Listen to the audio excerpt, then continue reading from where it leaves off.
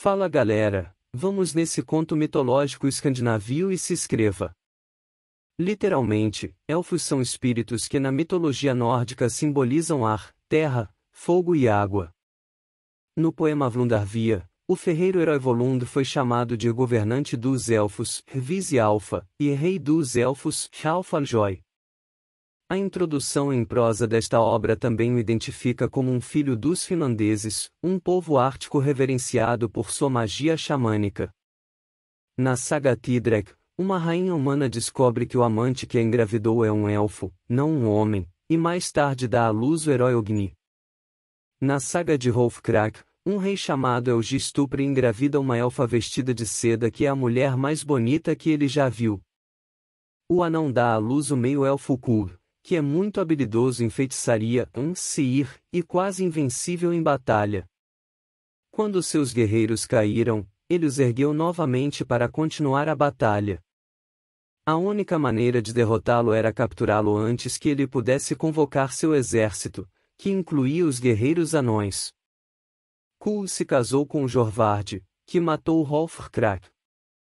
Em Skringli a saga de Thorstein, filho do viking, também falam de uma linhagem de reis locais que governaram Alfen, que corresponde à moderna província sueca de Bosland, cujos nativos mais tarde tiveram sangue élfico e foram considerados de origem anã.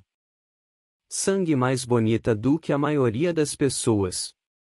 O primeiro rei chamava-se Alf, um elfo, e o último chamava-se Gandalf, um elfo pau, inspiração para Gandalf de Tolkien. Os anões também são descritos como semideuses associados à fertilidade e ao culto dos ancestrais, como os daimons gregos. Como espírito, os elfos podem passar por portas e paredes como fantasmas, o que ocorre em Norna Gesatr. O mitólogo e historiador islandês Snorri Sturluson chamou os anões, Devergar, de anões negros, Hdokalfar, ou anões negros, Svartalfar, e chamou outros anões de anões negros, Eljosalfar, que são frequentemente associados aos anões. Conexão com o deus do sol nórdico Freyr, Grimnismalin, de acordo com a Edda poética. Na poesia e nas sagas nórdicas, os anões são associados aos Aesir na expressão muito comum Aesir e os anões, presumivelmente significando todos os deuses. Alguns estudiosos comparam os anões com os Vanir, deuses da fertilidade. No entanto, em Alvissal, ditos do Onisciente, os elfos são considerados distintos dos Vanir e Aesir, assim como os nomes comparativos, onde são dadas diferentes versões de Aesir, Vanir e F, que refletem as preferências de cada classe. É possível que haja uma diferença entre os grandes deuses da fertilidade, o Vanir, e os deuses menores, o Fadas. Grimnismal afirma que Frey, um dos Vanir, era senhor de Alfheim. Locazena diz que um grande número de Aesir e anões se reuniram na corte Aesiri para festejar. Menciona alguns poderes menores, servos dos deuses, como Baigvir e Beila, pertencentes a Freyr, senhor das fadas, que provavelmente eram anões, pois não são contados entre os deuses. Os outros dois servos mencionados são Fimafen, o morto por uma gaivota, e Eldir. No poema Austfaravisur, o verso sobre a viagem ao Oriente, escrito por volta de 1020, Sigvard Thordarson diz que, como cristão, recusou-se a ir ao lar pagão da Suécia por causa do Alfablod, sacrifício aos elfos, corrido. Tal sacrifício provavelmente estava relacionado a uma oferta de comida.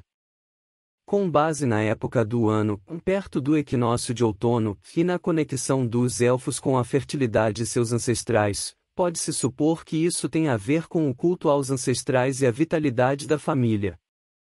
A saga de Cormac, por outro lado, é sobre como um sacrifício élfico pode curar uma ferida de guerra.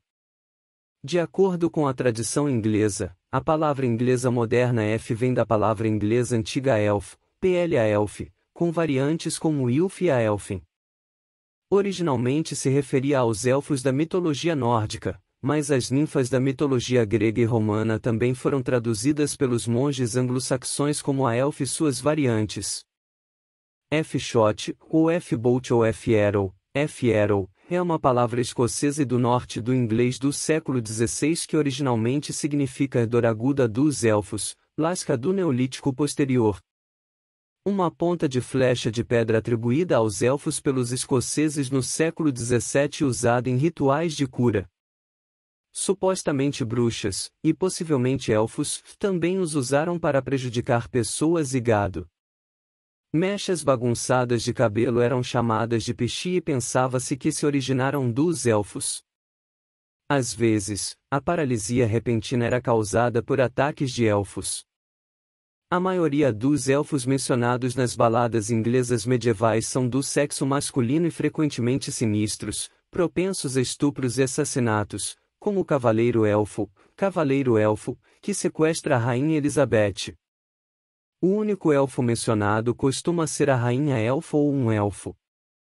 Já nos primeiros contos de fadas modernos, os elfos são descritos como criaturas pequenas, difíceis de ver e travessas que incomodam as pessoas ou interferem em seus assuntos.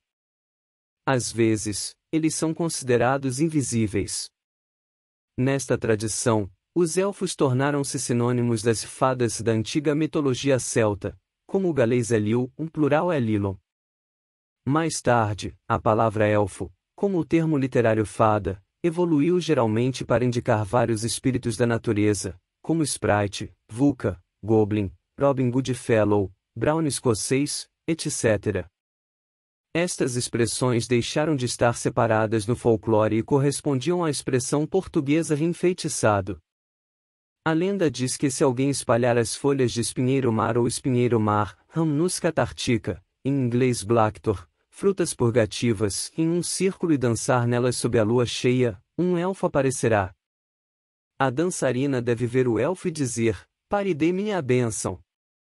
Pare e me dê uma bênção, antes que ele saia correndo. Então o elfo concede o desejo. Já deixa aquele like e se inscreva.